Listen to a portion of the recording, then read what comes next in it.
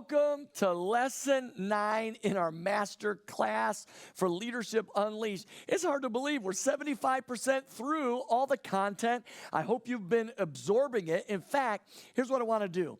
I would love to take your life to another level.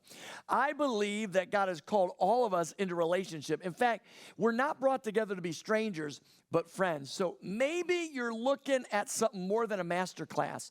Why not consider coaching with me? I would love to come alongside you for coaching sessions, relationship building, to help you develop a personal, a corporate, a business model for your life so you can become everything God designed you to be. In fact, that's what God's plan is for you, to unleash the leader on the inside of your life. If you're interested in coaching with me, I'd be honored to consider you.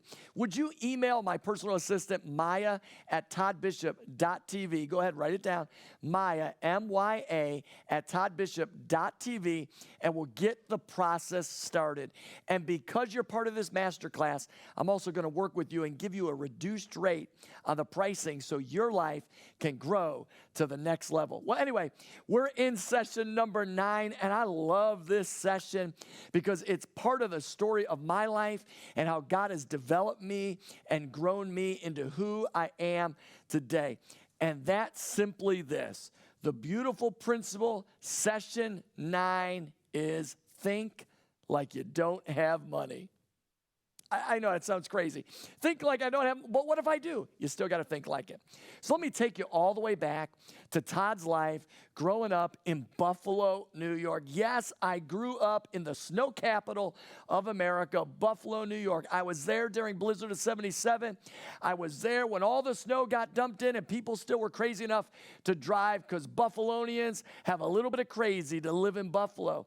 I was one of those guys. I grew up, my mom, Judy, a single mom, did the very best she could, worked a lot of hours, long days, late nights to make sure that there was at least food on the table. And even when there wasn't, we found a way to have food on the table. For example, I remember one time, my mother was a church-going person from the very beginning, and she'd drag us to church. Now, she didn't have to drug us to get to church, but she dragged us to church. I think my older brothers would say, well, anyway, that's a whole other story. But the reality is, for me, I enjoyed going to church. Here's why I enjoyed going to church. It was escape from my current reality. When I went to that church that we grew up with in Williamsville, New York, suburb of Buffalo, I went there because, man, everyone seemed to have it together. Not everyone had it together, but they seemed to. The way they carried themselves, the way they walked. The church actually had something.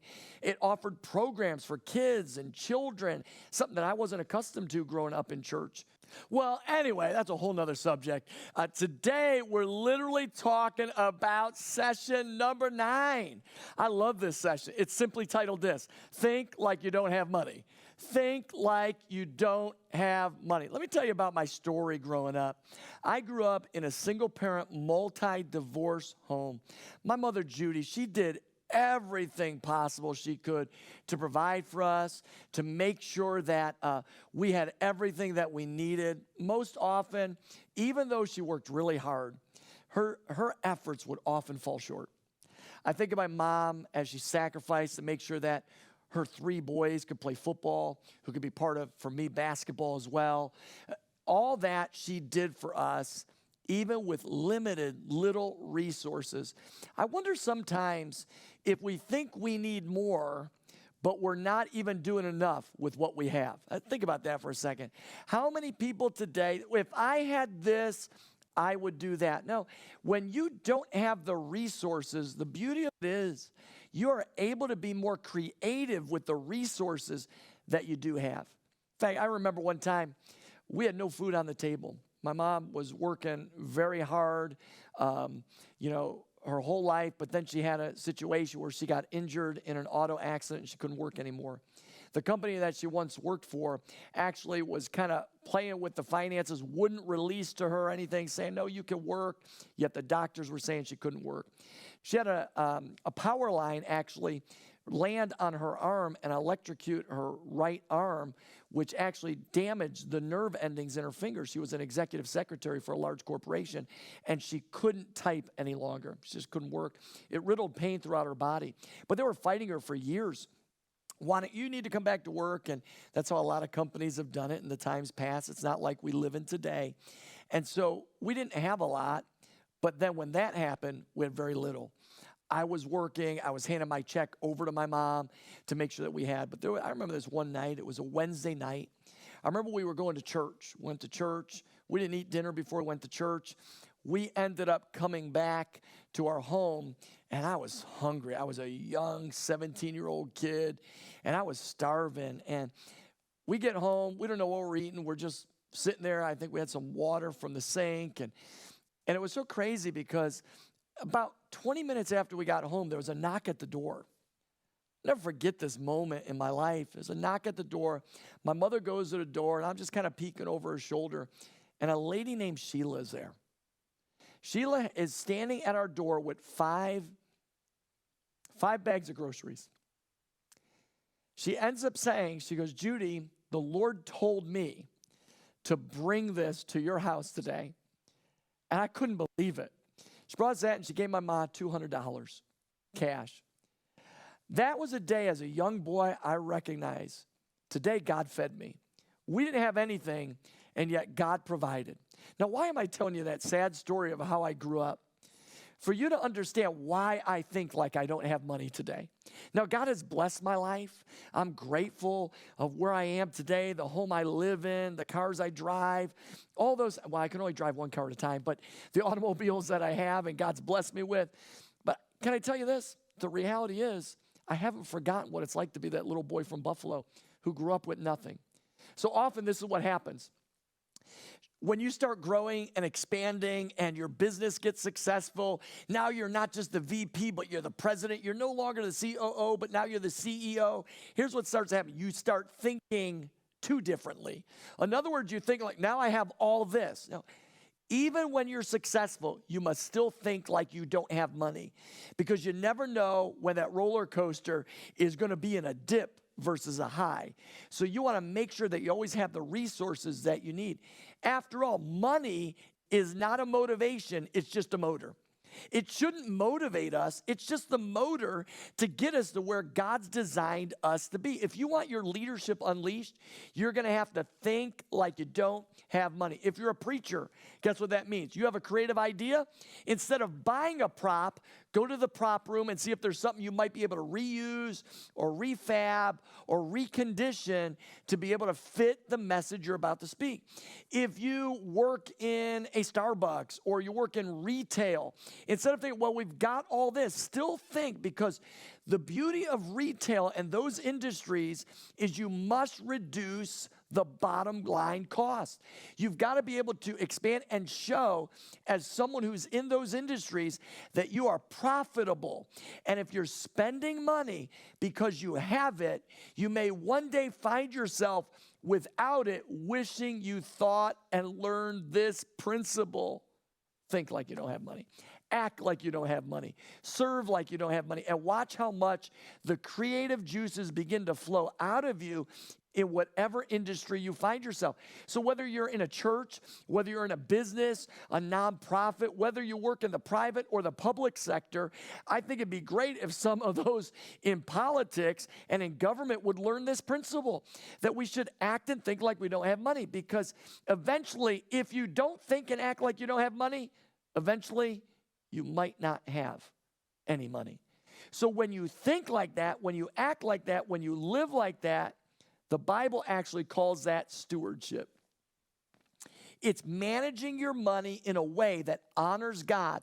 Not just now, I'm a believer. I know some of you may not be religious and you're watching this Masterclass and you've taken this and you're wanting to grow as a leader. So take this, take it from where it's coming from. It's coming from a preacher. I believe in giving God the first 10% of all that I earn.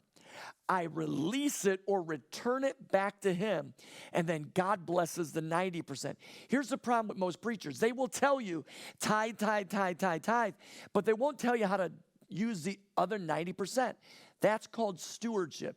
It's about don't spend what you don't have. Write it down. Too many people that I'll just go put on my credit card, cha-ching, cha-ching, cha-ching, only to realize that you're going to end up paying 3 or 4 times as much for that thing you purchase because you're paying the minimum on your credit cards. That works not only in your personal life, but that also works in your business, corporate, nonprofit, church life. You don't want to put yourself into spending more than you actually have. That's called living within your means. Now, today I'm blessed. But in one moment of indiscretion or bad decisions or poor money management, I could be put back to how I grew up. And so here's my prayer, that all of you would think like you don't have money, that you'd process like you don't have money, and watch how creative you will become if you reduce your budget. So here's a principle that I often recommend to leaders. Whatever your income was for the previous year, live off an 80% of your previous year income for your new year. That allows you to create something called margin. Margin's what most Americans don't have. They live from check to check to check. But if you can create margin and live within your means, not above it and not below it, but within it, you'll watch how God blesses your life. The Bible says this, the wealth of the sinner is stored up for the righteous. The Bible says that he provides seed to the sower. So when you're putting your seed, your finances, your resources into the right places, there's a return on that. Notice he provides a seed after you've proven you've been a sower. So when you think like you don't have, when you act like you don't have, when you lead like you don't have, eventually you'll be able to say, look what God has done. So in this master class, this session, I want you to look at your budget personally. I want you to look at your corporate, your business, your church budget, and ask yourself, have I been overspending and under-delivering, or have I allowed the creative God that has spoken creativity over me to be creative, not just in presentation, not just with policy, but also with resources? Have I honored God with my resources? And I believe if you could do that, if you could think like you don't have money, your creative juices are going to flow, your team's creative juices are going to flow, and before you know it, you will end up doing more than you realized with a lot less. So think like you don't have money. You're not going to want to miss the next session. So buckle up and get ready, because that session might just change your leadership.